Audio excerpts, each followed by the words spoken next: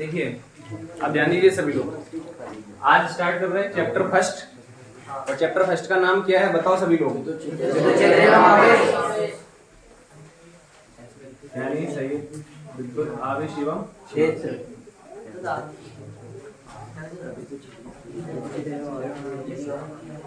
यानी अगर हम इसे बोलें तो इलेक्ट्रिक चार्ज एंड फील्ड।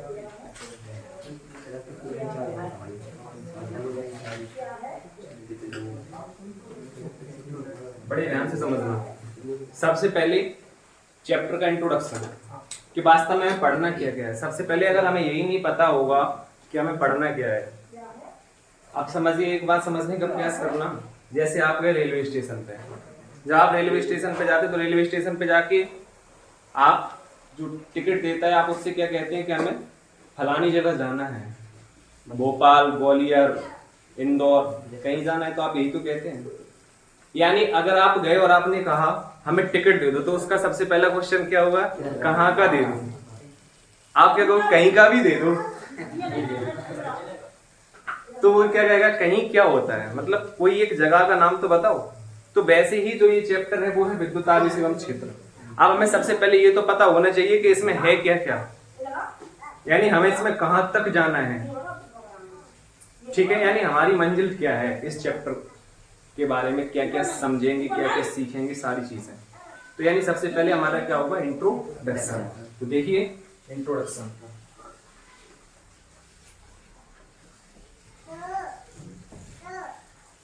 तो सबसे पहला जो हमारा पहला टॉपिक होगा विद्युत आवेश एवं इसके गुणधर्म।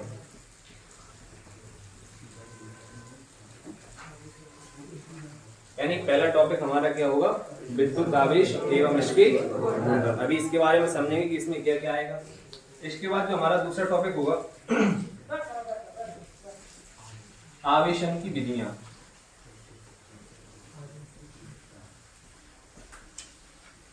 ठीक है, इसके बाद जो हमारा नेक्स्ट टॉपिक होगा कूलाम का नियम।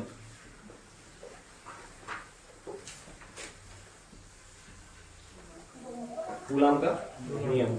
ठीक है, इसके बाद इसमें ही हम पढ़ लेंगे अध्यारोपण का सिद्धांत।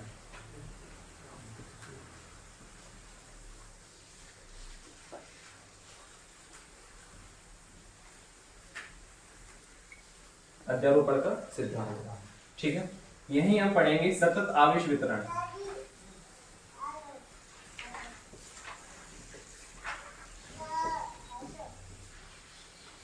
इसके बाद विद्युत क्षेत्र एवं विद्युत क्षेत्र रेखाएं।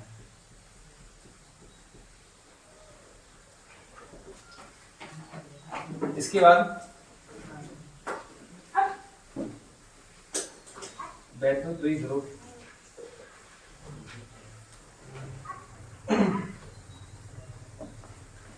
एवं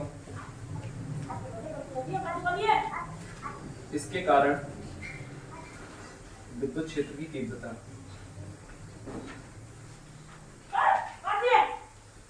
विद्युत क्षेत्र की तीव्रता। इसके बाद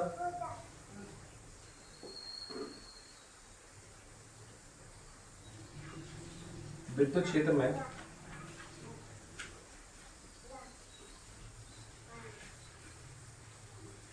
वैद्युत द्विध्रुव पर बलाघू कार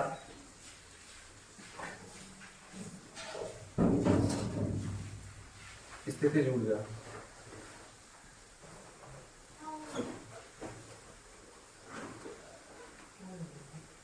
इसके बाद विद्युत फ्लक्स।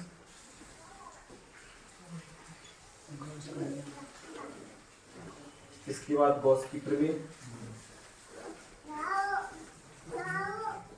और सबसे लास्ट होगा एनसीईआरटी एक्सरसाइज।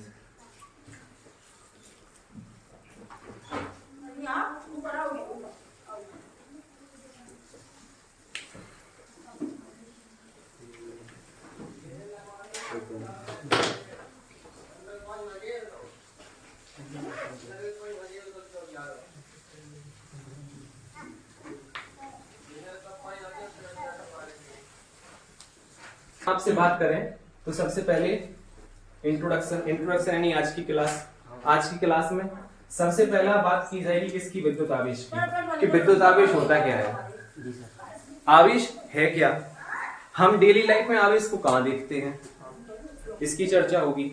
फिर इसके गुणधर्म, यानी इसके गुण कौन से हैं जिनके ऊपर आपके बनते हैं ऑब्जेक्टिव क्वेश्चन।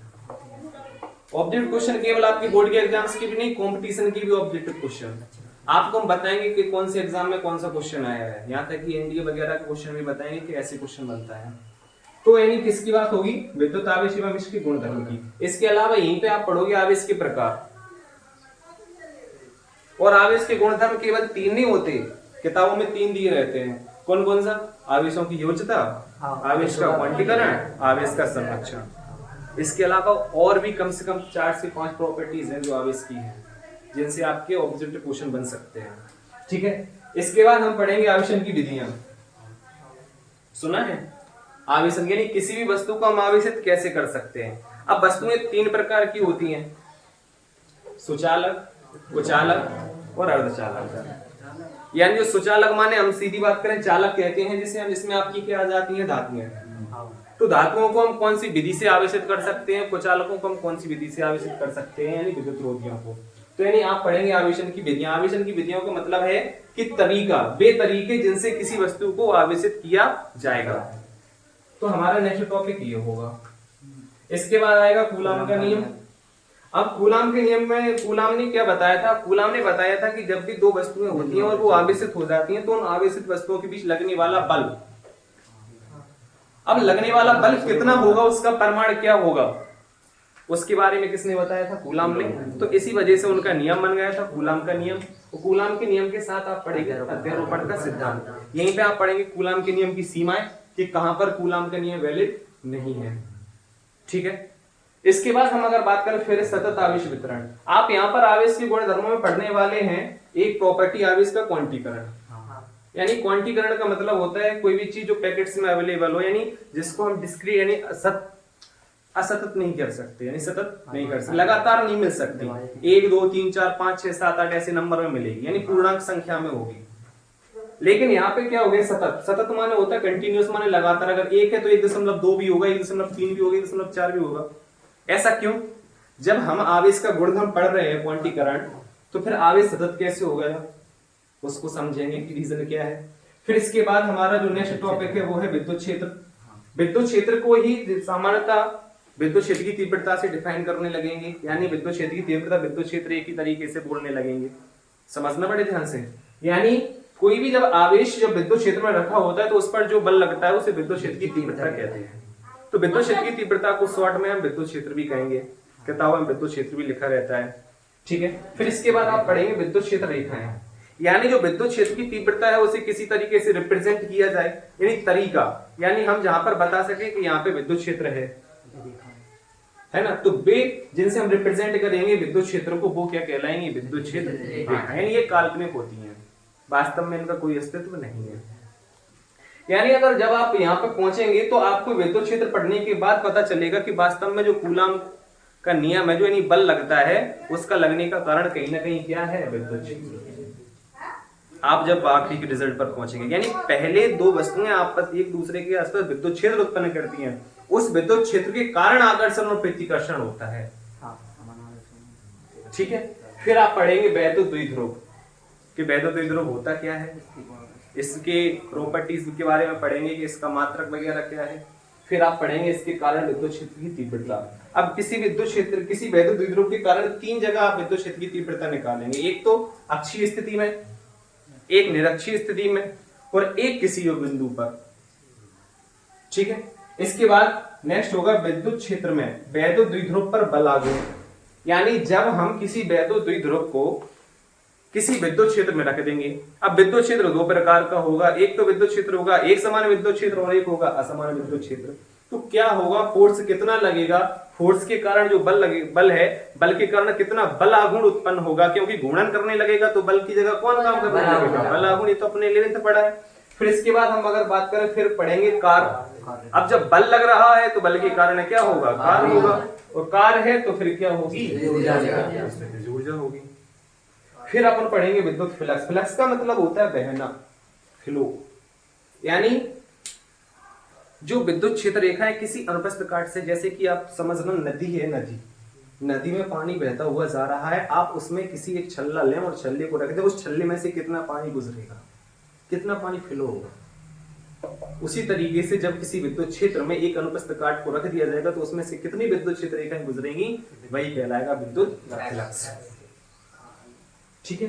फिर इसके बाद आप पढ़ेंगे गॉस की प्रमेय। गॉस की प्रमेय और गॉस की प्रमेय एवं इसके अनुप्रयोग, एवं इसके अनुप्रयोग, क्योंकि अनुप्रयोग से इस साल क्वेश्चन आया था बोर्ड के एग्जाम्स में कि गॉस की प्रमेय की सहायता से कूलम के नियम की व्युत्पत्ति कीजिए, तो यानी वो उसका एप्लीकेशन है।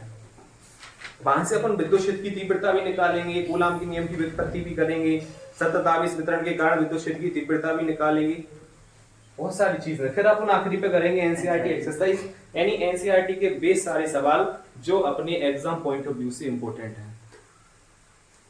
ठीक है, बेस सारे सवाल करेंगे जो एग्जाम पॉइंट ऑफ व्यू से इंपॉर्टेंट। वैसे प्रयास करेंगे कि सभी कर लें, अपन एडिशनल एक्सरसाइज उसे छोड़ सकते हैं, लेकिन बाकी के जो क्वेश्चन अपने एग्जाम में आएंगे सारे क्वेश्चन अपन करेंगे कवर अप। ठीक है, क्योंकि आपको पता है आपके एग्जाम के पोर्शन में एक तो थ्योरी रहती है, ऑब्जेक्टिव क्वेश्चन रहते हैं, है ना, न्यूमेरिकल्स रहते हैं और डेरिवेशन रहते हैं, और इन सब को मिला के टोटल आपका 70 नंबर का पेपर बनता है। लगभग आपके 40% ऑब्जेक्ट रहते हैं, और अगर हम बात करें 10 to 20% आपकी थ्योरी रहती है, और 10% के लगभग आपके न्यूमेरिकल्स रहते हैं और डेरिवेशन रहते हैं। तो ये सारी चीजें हैं आपकी, और ये सारी चीजें एग्जाम में आनी है। तो यानी इनमें से अपन कोई भी चीज नहीं छोड़ सकते, क्योंकि अपना टारगेट 100% है। कम से कम क्लास 12 के जो आखिरी के बोर्ड के एग्जाम्स हैं तो उनमें अपन कम से कम नहीं तो 95% तो टारगेट करके चलते ही हैं, समझ रहे हैं। यानी कि प्रत्येक बच्चे इस तरीके से पढ़े कि वो 95% चीजें क्लियर रखे अपनी। हमारा प्रयास भी रहेगा, लेकिन अब इसके साथ केवल हमारे प्रयास करने से कुछ नहीं होगा यार, पूरी तरह से हम पर ऊपर डिपेंड भी मत रहना। हम आपसे ये कह रहे हैं, सुन लीजिए, क्योंकि तुम्हें खुद से भी प्रयास करने पड़ेंगे। सोचिए अगर हम कोई डेरिवेशन करवा दिए जहां पे घर पे जाके आपने रिवीजन ही नहीं किया, अब आपको यही नहीं पता चला कि हमने प्रॉब्लम कहाँ की है, हमने गलती कहाँ की है, और हमें कहाँ पे कोई चीज समझ में नहीं आई। सोचिए अगर तुम्हें यही पता नहीं चलेगा कि हमें कौन सी चीज हमें कहाँ लैग कर रही है, यानी कहाँ कमजोरी है हमारी, जब तुम्हें अपनी कमजोरी ही नहीं पता तुम्हें अपनी ताकत भी नहीं पता होगी, इसका मतलब। क्योंकि अगर किसी की कमजोरी है तो ताकत भी होती है, और ताकत है तो कमजोरी भी जरूर होती है, बट कमजोरी सबको बताई नहीं जाती। कमजोरी खुद को ही पता होती है, लेकिन ताकत ज्यादातर सभी लोग जानते हैं कि इसकी ताकत क्या है, समझ रहे। तो प्रयास करेंगे कि आप लोग खुद से भी तो प्रयास करें। हमने अगर कोई न्यूमेरिकल करवाए हैं तो आप घर पे जाकर उन्हें फिर से कीजिए, और फिर ये बात सोचिए कि प्रॉब्लम कहाँ आई। जहां प्रॉब्लम आई हाल ही कल क्लास में आके डिस्कस कीजिए कि यहाँ पे प्रॉब्लम आई थी सर हमें, तो सारी चीजें आपको क्लियर हो जाएंगी। लेकिन अगर तुम खुद से ही प्रयास नहीं करोगे तो प्रॉब्लम आएगी, समझ रहे हैं। ठीक है, तो ये बेसिक अपना इंट्रोडक्शन है। अब इस चैप्टर में हमें कौन कौन सी चीजें जरूरत पड़ने वाली हैं अगर हम बात करें तो इस चैप्टर में सबसे पहला था अपनो 11th से जरूरत पड़ेगी यूनिट्स एंड डायमेंशन।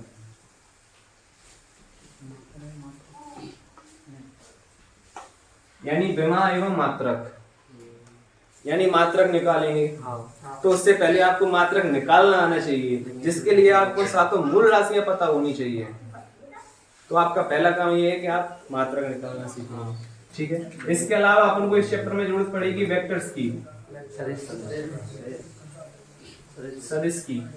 तो सदिश की जो चीजें इनकी जरूरत पड़ेगी वो आपको हम यही क्लास में हल करवाएंगे। तो इन्हें एडिशनल जो 11th पढ़ चुके हैं तो उन्हें तो दिक्कत नहीं आएगी, क्योंकि उन्हें ज्यादा चीजें पता होंगी। जिन्होंने नहीं पढ़ी तो क्लास में ही हम जब यहाँ पे जब वेक्टर्स का कहीं यूज होने लगेगा तो वहां पे हम तुम्हें बताएंगे कि इनमें वेक्टर्स की जरूरत पड़ेगी। और किसकी जरूरत पड़ेगी? ट्रिग्नोमेट्री की, यानी त्रिकोणमिति की जरूरत पड़ेगी, जो कि हम पढ़ा चुके हैं बेसिक मैथमेटिक्स में। यानी इसमें सबसे ज्यादा पढ़ने वाली है जरूरत किसकी, टेबल की, ठीक है। और सबसे इंपॉर्टेंट इसमें जरूरत पड़ेगी इंटीग्रेशन, यानी समाकलन।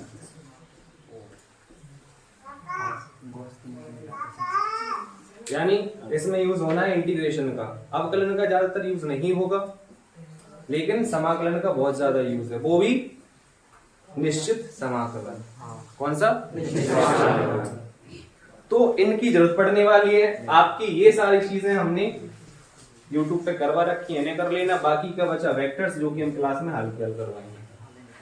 तो पहले आपका ये काम है कि आप पहले इसको कंप्लीट करेंगे, सॉरी इन सबको, और ये आपको क्लास में करवाया जाएगा। अगर आप नहीं करेंगे तो आप क्लास में लैग करेंगे, पीछे रहेंगे। और पीछे हमारा मकसद ये है नहीं कि कोई बच्चा पीछे रहे, क्योंकि पता है ना कॉन्फिडेंस लो हो जाता है। बाकी लोग क्लास में आगे आगे बोलते हैं, वे लोग सोचते हैं ये आगे आगे बोल रहे हैं, हमें कुछ नहीं आता। लेकिन एक बात सोचो, एक रेस है, ये पढ़ाई एक रेस है। अब इस रेस में कोई पहले से दौड़ रहा है 1 साल पहले से, और आप रेस में आप अब उतरे हैं, तो क्या आप एकदम से उसकी बराबरी कर सकते हैं? अगर वो 4 घंटा दौड़ पा रहे तो आप में अभी 10 मिनट दौड़ने की काबिलियत भी नहीं है। तो पहले अपना स्टेमिना बढ़ाओ। वो कैसे बढ़ेगा? पुरानी चीजें करनी पड़ेंगी, तब आप, अगर वो 4 घंटे पढ़ रहा है तो आपको कम से कम उससे 2 घंटे एक्स्ट्रा पढ़ना पड़ेगा, क्योंकि वो पहले से ही आगे है ना। जो पहले से ही आगे है, अगर हमें उसके बराबर में पहुंचना है तो हमें कैसे पहुंच सकते हैं? या उससे तेज दौड़ो, और तेज दौड़ने के लिए तुम्हारा दिमाग उससे तेज होना चाहिए। है तो तुम पहुंच जाओगे, नहीं है तो फिर हार्ड वर्क करो। समझ रहे हैं ना? उस बात को समझने का प्रयास करना है हमें, ठीक है। तो लिखेंगे, अच्छा क्वेश्चन फॉर्म में लिखवाएं या टॉपिक वाइज करना है? तो देखो, जिसे टॉपिक वाइज पढ़ना है वो टॉपिक वाइज कर ले, जिसे क्वेश्चन आंसर के फॉर्म में लिखना है वो क्वेश्चन आंसर। तो जो टॉपिक वाइज लिखते हैं वो टॉपिक बना ले, पहला आवेश एवं उसके गुणधर्म, और जिन्हें क्वेश्चन आंसर याद करना पसंद है वो लिखें आवेश किसे कहते हैं, इसके गुणधर्म लिखिए।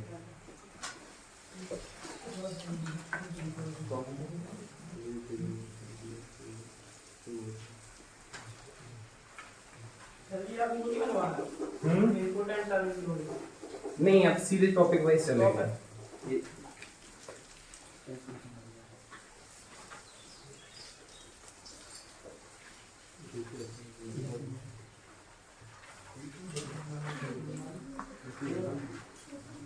तो जो टॉपिक लिखते हैं, देखो सबसे पहले बात समझने का प्रयास करना, हम टॉपिक वाइज पढ़ाते हैं, क्योंकि टॉपिक वाइज पढ़ाने में ये फायदा है कि बहुत सारी चीजें कवर हो जाती हैं, यानी एक एक ऑब्जेक्टिव क्वेश्चन। अगर हम बात करें तो जो अभी पेपर हुआ है बोर्ड का, हुआ था, रिजल्ट नहीं आया, तो अपनी जो 99% चीजें सारी नोट्स से थी। नोट्स मतलब जो लिखवाए हैं हमने उनसे, लिखे हुए नहीं, जो पहले से ही है टाइप नोट्स, उनसे नहीं, जो हमने पढ़ाया है उनसे 99% चीजें थी। केवल एक ऑब्जेक्टिव क्वेश्चन की बात छोड़ दें तो, जो कि सिलेबस से ही आउट था, उसकी बात करें तो बाकी की सारी चीजें अपने को अपने नोट्स में से मिल जाएंगी। अब जब आपने पढ़ा होगा तो सारी चीजें, और अगर आप केवल इंपोर्टेंट चीजों के भरोसे रहे तो फिर तुम्हारा कहना भाई होगा सर आपने ये नहीं करवाया, वो नहीं करवाया, तुम्हारे पास बहाने होंगे हजारों। समझ रहे हैं? तो आवेश एवं इसके गुणधर्म टॉपिक है, जो क्वेश्चन आंसर में लिखते हैं वो क्वेश्चन बनाएंगे। आवेश किसे कहते हैं, इसके गुणधर्म लिखिए। तो चलिए सबसे पहले हमारा जो है वो क्या है, आवेश यानी चार्ज। अब हम अगर बात करें तो सबसे पहले क्या होता है, पदार्थ। सुना है आपने? पदार्थ, पदार्थ की परिभाषा क्या है? कोई भी वस्तु या कण जिसमें द्रव्यमान हो और आयतन। आयतन का मतलब जगह घेरे। जैसे अगर हम बात करें, हमारे पास ये मार्कर है तो इसमें वजन होगा, कुछ द्रव्यमान है इसका। दूसरी बात, अगर मैं इसे यहाँ पर रख रहा हूँ तो ये जगह भी घेर रहा है, जगह घेर रहा है, इसका मतलब इसमें आयतन है। तो यानी ये क्या हो गया, एक पदार्थ। यानी सबसे पहले हमें ये समझना है पदार्थ। तो आवेश किसी पदार्थ का गुण है। आवेश क्या है, पदार्थ का गुण। कैसा गुण है, मूलभूत। आवेश किसी पदार्थ का कैसा गुण है, मूलभूत। मूलभूत समझते हो? मूलभूत का मतलब जो है, जिसे उससे कभी अलग नहीं किया जा सकता, वो होता है मूलभूत। जैसे द्रव्यमान को कभी पदार्थ से अलग नहीं किया जा सकता, पदार्थ है तो द्रव्यमान होगा, उसी प्रकार अगर पदार्थ है तो उसमें आवेश भी होगा। लेकिन आवेश क्या होता है, बराबर मात्रा में होने के कारण वो चीज उदासीन हो जाती है। आवेश तो होता है, आवेश हमारे अंदर भी, आपके अंदर भी है, इस मार्कर में भी आवेश है, बट आवेश बराबर मात्रा में होने के कारण ये उदासीन हो जाता है। तो आवेश किसी पदार्थ का मूलभूत गुणधर्म है। अच्छा, मूलभूत गुणधर्म तो कुछ करता भी होगा, तो क्या करता है? ये विद्युत क्षेत्र, विद्युत एवं चुंबकीय प्रभाव, विद्युत एवं चुंबकीय प्रभाव उत्पन्न करता है अथवा अनुभव करता है। या तो उत्पन्न करेगा या उसका अनुभव करेगा।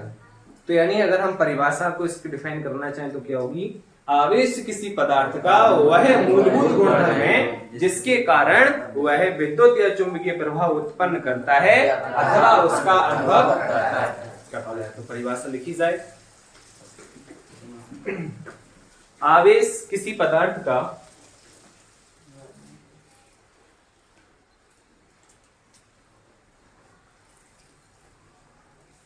आवेश किसी पदार्थ का वह मूलभूत गुणधर्म है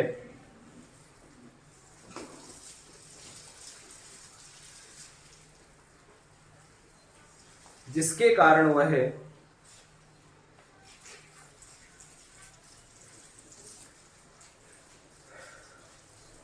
विद्युत या चुंबकीय प्रभाव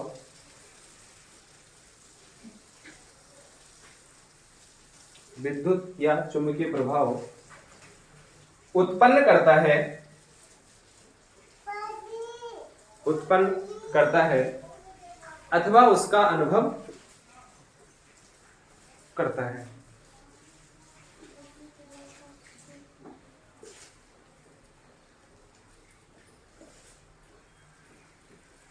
बताइए, कोई दिक्कत? यानी आवेश क्या है? किसी पदार्थ का मूलभूत गुण है जिसके कारण वह क्या कर रहा है? विद्युत या चुंबकीय प्रभाव। अभी बात मत करना है इसकी, क्योंकि विद्युत अपने चैप्टर में पढ़ने वाले विद्युत प्रभाव और चुंबकीय प्रभाव, चुंबकीय प्रभाव अपन आगे पढ़ेंगे। तो जिसके कारण कोई पदार्थ विद्युत या चुंबकीय प्रभाव उत्पन्न करता है, किसके कारण? आवेश के कारण। ठीक है, तो आवेश ये था। अब अगर हम बात करें आवेश, जैसे हमारे पास कोई एक वस्तु है, ठीक है, अगर हमारे पास कोई वस्तु है तो इसमें आवेश तो होता है, सबने पढ़ा होगा। क्योंकि क्या होता है? पदार्थ किससे मिलकर बना है? अणु से। अणु किससे मिलकर बना है? परमाणु से। परमाणु में 3 प्रकार के कण हैं, इलेक्ट्रॉन, प्रोटॉन, न्यूट्रॉन। प्रोटॉन और न्यूट्रॉन नाभिक में और इलेक्ट्रॉन उसके चारों ओर चक्कर लगाते हैं। प्रोटॉन को निकालना संभव नहीं है क्योंकि वो नाभिक में प्रबल आकर्षण जुड़े होते हैं, जो कि हमारा कौन सा होता है? प्रबल नाभिकीय। तो निकाला किसे जा सकता है? इलेक्ट्रॉन। ठीक है, अब अगर हम बात करें तो क्या हुआ कि जब हम यहां से इस वस्तु को यदि हम आवेशित करना चाहते हैं तो इसमें हमारे पास जो प्लस है ये तो प्रोटॉन है, जो माइनस है वो कौन है? इलेक्ट्रॉन। यानी अगर हमें इसको प्लस आवेशित करना है, धनावेशित करना है, तो हमें इसमें से इलेक्ट्रॉन निकालने पड़ेंगे। क्योंकि आपको पता है, जैसे अगर हम बात कर रहे हैं, हमारे पास है सोडियम, सोडियम का परमाणु क्रमांक कितना है? 11। अगर हम इसमें इलेक्ट्रॉन की बात करें तो कितने हैं? 11। प्रोटॉन की बात करें तो कितने हैं? 11। फिर यदि आपने सुना होगा एक Na+, ये सोडियम आयन है, सुना है केमिस्ट्री में? ये जो सोडियम आयन है तो इसमें परमाणु क्रमांक तो इसका 11 ही है, लेकिन इलेक्ट्रॉन की संख्या होती है और प्रोटॉन कितने होते हैं? इसका मतलब इस पे धनावेश कब आया? जब इसमें प्रोटॉन की संख्या क्या थी? ज्यादा। इलेक्ट्रॉन की संख्या क्या थी? कम। यानी इलेक्ट्रॉन की संख्या कम होने के कारण ही इस पर धनावेश आया। यानी इलेक्ट्रॉन की, अगर किसी वस्तु पर इलेक्ट्रॉन की कमी है तो उस पर कौन सा आवेश होगा? और यदि किसी वस्तु पे इलेक्ट्रॉन की अधिकता है तो ऋणावेश। इसी आधार पर जब एक्सपेरिमेंट्स किए गए थे, पहले साइंटिस्टों ने एक्सपेरिमेंट किए और उन्होंने देखा कि जब एक वस्तु को किसी दूसरी वस्तु से रगड़ा जाता है, घर्षण करवाया जाता है, तो उसमें से एक वस्तु धनावेशित और एक वस्तु ऋणावेशित हो जाती है। अब उनने प्रयोग किया था किस पे? रेशम के कपड़े पे और कांच की छड़ पे। तो जब कांच की छड़ थी और क्या था? रेशम का कपड़ा, ठीक है। अब ये दोनों शुरुआत में तो क्या थे? उदासीन, ठीक है। ये भी क्या था? उदासीन। अब क्या हुआ कि इन दोनों को आपस में क्या करवाया गया? घर्षण। यानी ये है कांच की छड़, ये है रेशम का कपड़ा। तो जब इन दोनों में क्या हुआ? घर्षण हुआ। तो क्या हुआ कि कांच की छड़ में से कुछ इलेक्ट्रॉन निकलकर रेशम के कपड़े पे चले गए। यानी जब इनमें घर्षण हुआ तो कुछ ऐसी स्थिति बन गई,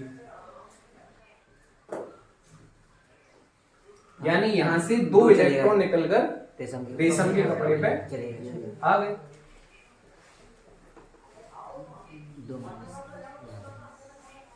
आप समझ गए? यानी इससे हो गई इलेक्ट्रॉनों की कमी, इस पे हो गई इलेक्ट्रॉनों की अधिकता। अब क्या हुआ कि जब कांच की छड़ पे कौन सा आवेश आ गया? धनावेश। इस पर आ गया। लेकिन उस टाइम पे जब ये एक्सपेरिमेंट किया गया था, जिसे धनावेश ऋणावेश नाम नहीं दिया गया था, इसे अलग नाम दिया गया था। यानी कांच के लिए बोला था बिट्रस, है ना? तो यानी इसके लिए बिट्रस शब्द का प्रयोग किया गया था। यानी उस समय जो साइंटिस्ट थे तो उन्हें अलग नाम दिया था। लेकिन फिर आए बेंजामिन फ्रैंकलिन। क्या नाम था? Benjamin Franklin. उनने बोला कि जिस प्रकार धनावेशी संख्या और ऋणावेशी संख्या, यानी +3 और -3, अगर इन दोनों को जोड़ा जाए तो एक दूसरे को निरस्त करके क्या हो जाते हैं? तो जब उन्होंने एक्सपेरिमेंट किया था, तो एक्सपेरिमेंट के आधार पर उन्होंने देखा कि जब धनावेश यानी एक वस्तु का आवेश और दूसरी वस्तु का आवेश जब एक दूसरे के साथ मिलता है तो उस पर टोटल आवेश शून्य हो जाता है, यानी उदासीन हो जाता है। जिस प्रकार गणित में धनात्मक संख्या और ऋणात्मक संख्या मिलकर शून्य हो जाती है।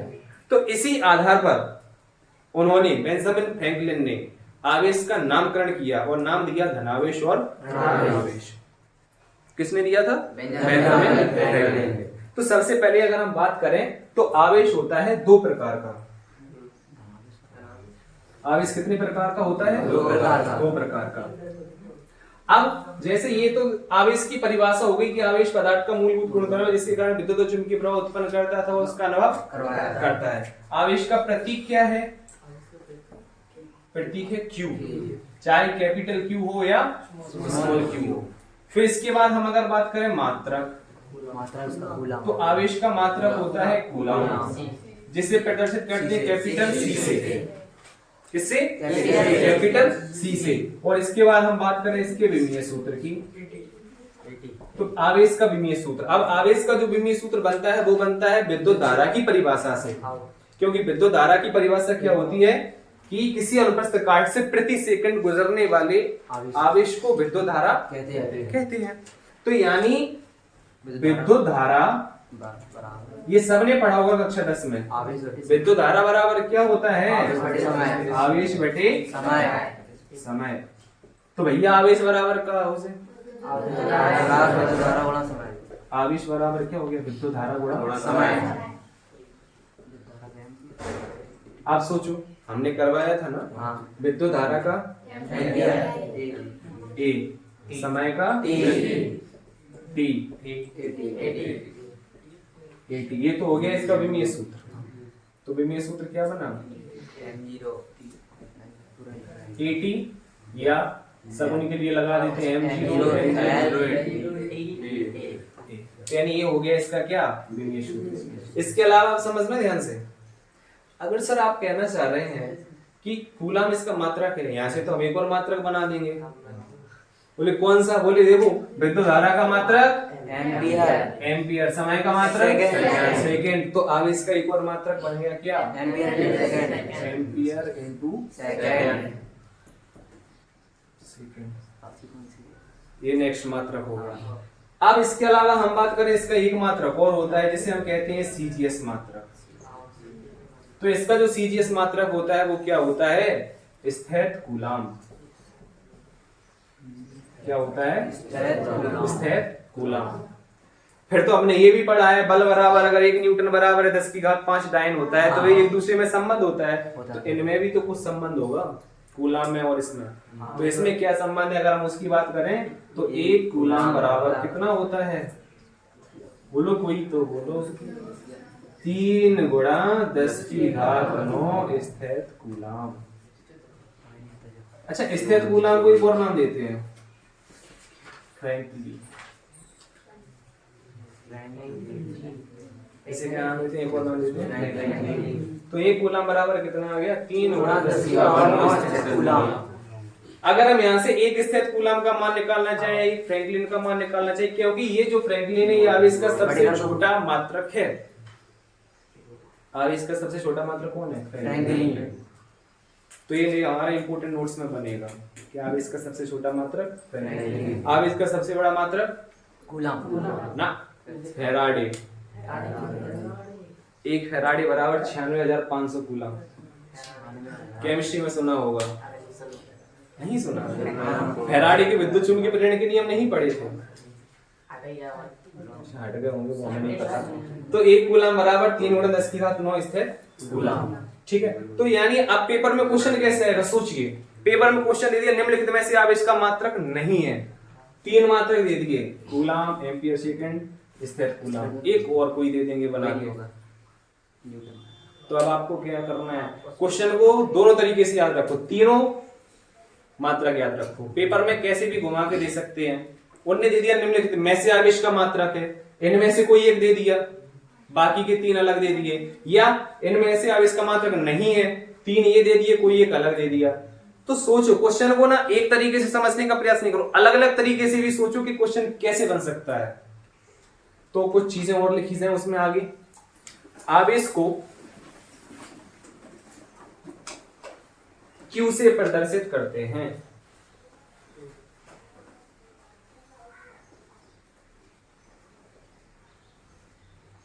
आवेश को Q से प्रदर्शित करते हैं।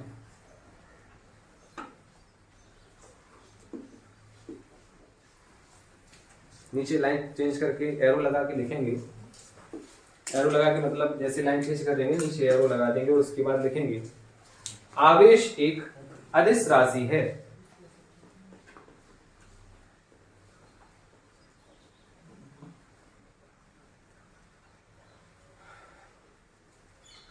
अब बात की जाए अदिश राशि क्या होती है, तो वे राशियां जिनमें परमाणु होता है, दिशा नहीं होती है, तो वे अदिश राशियां कहलाती हैं। ठीक है, क्योंकि भौतिक राशियों को 2 प्रकार से विभाजित करते हैं, एक तो उत्पत्ति के आधार पर और एक दिशा के आधार पर। दिशा के आधार पर भौतिक राशियां 2 प्रकार की होती है, सदिश और अदिश। सदिश माने जिनमें दिशा होती है, अदिश माने जिनमें दिशा नहीं होती है।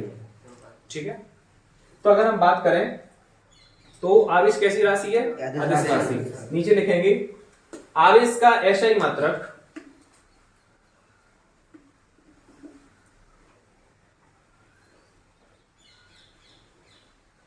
आवेश का SI मात्रक। अब ये SI क्या होता है, SI का मतलब होता है मापन की पद्धति, यानी किसी भी चीज का मापन अलग अलग से करते हैं। जैसे तुमने सुना होगा किलोग्राम, ग्राम, पाउंड, तो ये द्रव्यमान की मात्रक है।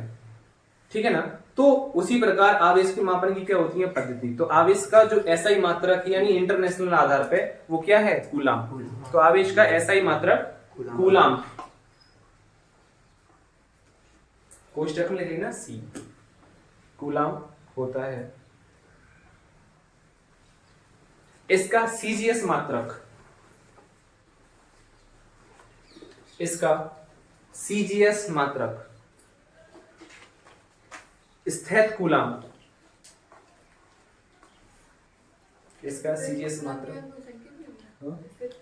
स्टेट कूलाम भी लिखते हैं इसे।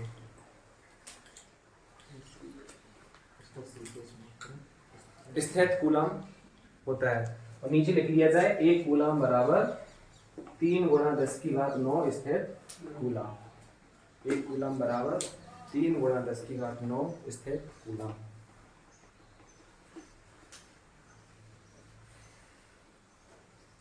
आवेश के अन्नमात्रक,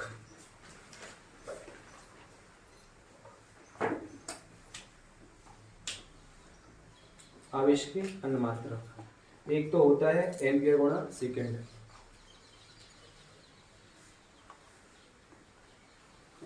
क्या होता है? एम्पियर गुणा सेकेंड। एक होता है विद्युत चुंबकीय मात्रक,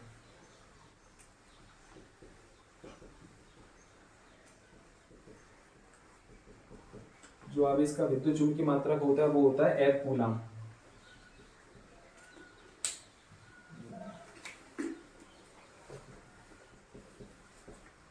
F कूलम, ठीक है। तो यानी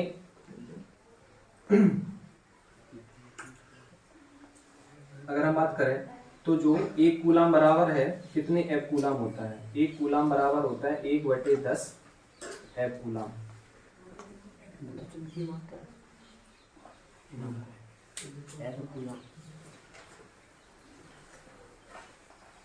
यानी 1 F कूलम 10 कूलम के बराबर होता है।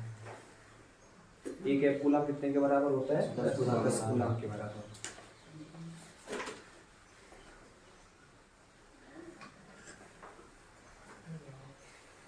ठीक है ना? नीचे लिखा जाए एरो लगा के, आवेश का सबसे बड़ा मात्रक फैराडे होता है।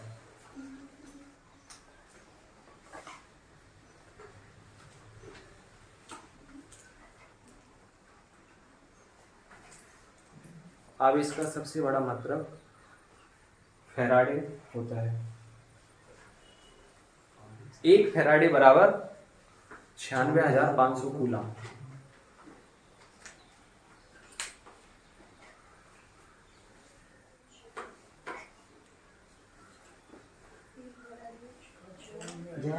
एक फैराडे बराबर 96,500 कूलम। नहीं, एफ से नहीं करते, एफ से नहीं करते, ध्यान रखना, क्योंकि एफ से फैराड को करते हैं, वो अलग होता है। उसको और इसको मिक्स मत करना, नहीं तो गड़बड़ कर दोगे। इसे फैराडे ही रहने देना। कुछ चीजें है ना जैसी है ना उन्हें वैसे ही रहने दीजिए। हिस्ट्री से छेड़छाड़ नहीं करनी, क्योंकि कहते ना जैसे विद्युत धारा की दिशा इलेक्ट्रॉन प्रवाह की विपरीत दिशा में होती है, जबकि अगर हम सीधे शब्दों में देखें तो धनावेश की प्रवाह की दिशा, यानी जहां पर धनावेश बहता है वो होती है इलेक्ट्रॉन की विपरीत दिशा होती है। लेकिन पहले पता नहीं था इन सब के बारे में, तो इलेक्ट्रॉन की प्रवाह की विपरीत दिशा को ही मान लिया गया था विद्युत धारा की, तो वो अब तक चली आ रही। कुछ चीजें ना कन्वेंशनल है जो चली आ रही है, समय के साथ जैसी की जैसी ही है, उनमें कुछ बदलाव नहीं हुआ है ना। तो हम भी ना बहुत सारी चीजों को ऐसा मान के पढ़ेंगे, वो चीजें समय के साथ ऐसी चली आ रही, उनमें कोई बदलाव नहीं हुआ है। ठीक है, जिसका क्यों नहीं है, बहुत सारी चीजों का क्यों नहीं दिया जा सकता कि ऐसा क्यों। ज्यादातर चीजें 90% चीजें 95% चीजों का आपके पास एक्सप्लेनेशन होगा, लेकिन कुछ चीजें ऐसी हैं जो आज तक ऐसी चली आ रही है, कन्वेंशनल है, तो उन्हें मान लेते कि ऐसे है। ठीक है ना। आवेश का सबसे बड़ा मात्रक फैराडे हो गया। आवेश का सबसे छोटा मात्रक फ्रैंकलिन होता है।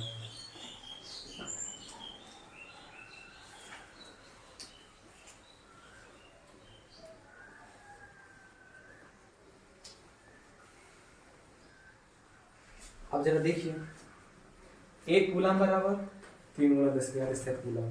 वास्तव में स्थित कूलम ही क्या है? फ्रैंकलिन। अगर हम यहाँ से फ्रैंकलिन का मान निकालना चाहें तो कितना निकालेंगे? तो 1 फ्रैंकलिन बराबर 1/3 × 10⁻9 कूलम। ठीक है ना।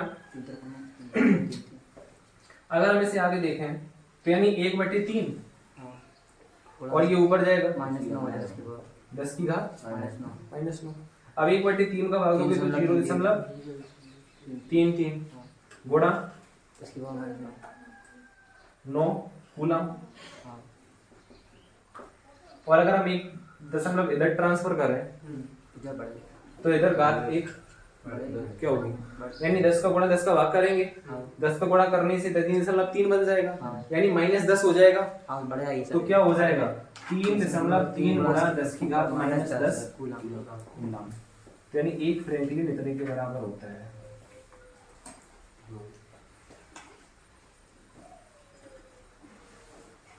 एक फ्रैंकलिन बराबर 3.3 गुणा 10 की घात -10 कूलम।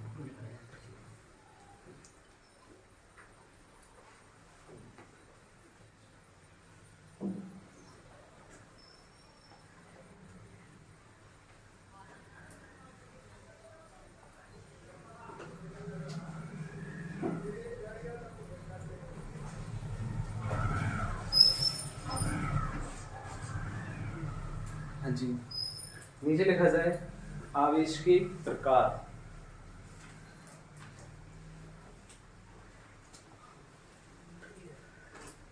आवेश के प्रकार।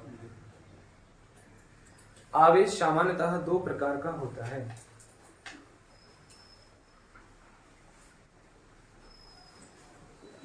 आवेश सामान्यतः 2 प्रकार का होता है। कौन कौन सा? धनावेश और नाम लिखे जाएं। पहला धनावेश, दूसरा ऋणावेश।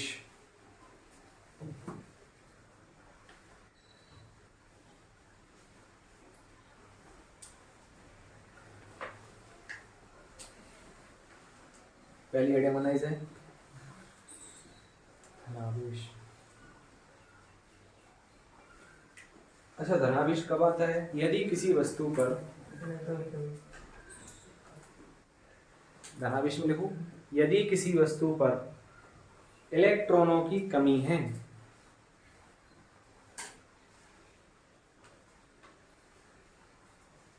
तो उस पर धनावेश होगा।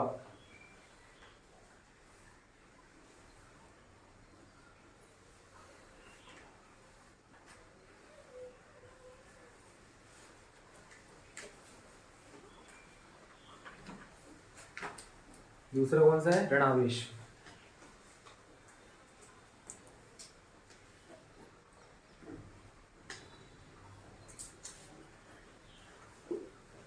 देखिए इसकी परिभाषा खुद से, यदि किसी वस्तु पर इलेक्ट्रॉनों की अधिकता है तो उस पर ऋणावेश होगा।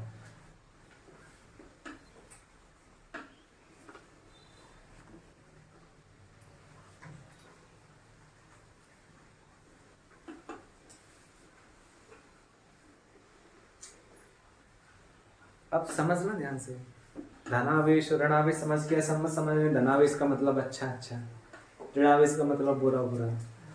कुछ लोग होते हैं ना, बोले पॉजिटिव माने अच्छा, नेगेटिव माने बुरा। और उसी तरीके से ना जब पता चला बाई चांस प्रोटॉन पर धनावेश और इलेक्ट्रॉन पर ऋणावेश, तो ना इलेक्ट्रॉन के प्रति नेगेटिव बन जाते हैं, यार ये बुरा है, नेगेटिव है, इलेक्ट्रॉन नेगेटिव है, हटाओ इसे। प्रोटॉन है अच्छा है, पॉजिटिव है, इसको अपनी तरफ ना, ऐसा कुछ नहीं है। नेगेटिव का मतलब बुरा नहीं होता हर बार, क्योंकि इलेक्ट्रॉन है अच्छा है, क्योंकि इसी के कारण जो कुछ हो रहा है, जो आज ही आप मॉडर्न फिजिक्स में मॉडर्न चीजें आप यूज कर रहे हैं, जिन्होंने आपकी लाइफ को सिंपल बना दिया है, वो आपकी कहीं ना कहीं इलेक्ट्रॉन की वजह से ही संभव हो पाया है। तो इलेक्ट्रॉन बुरा नहीं है, अच्छा है, बुरा कोई नहीं है, अच्छे सभी है। जिस चीज को जैसे देखें वैसे ही नजर आने लगती है ना। तो बस समझने का प्रयास कीजिए, ठीक है। आज की क्लास में बस इतना ही, ठीक है। कुछ एक बात सुनते जाइए।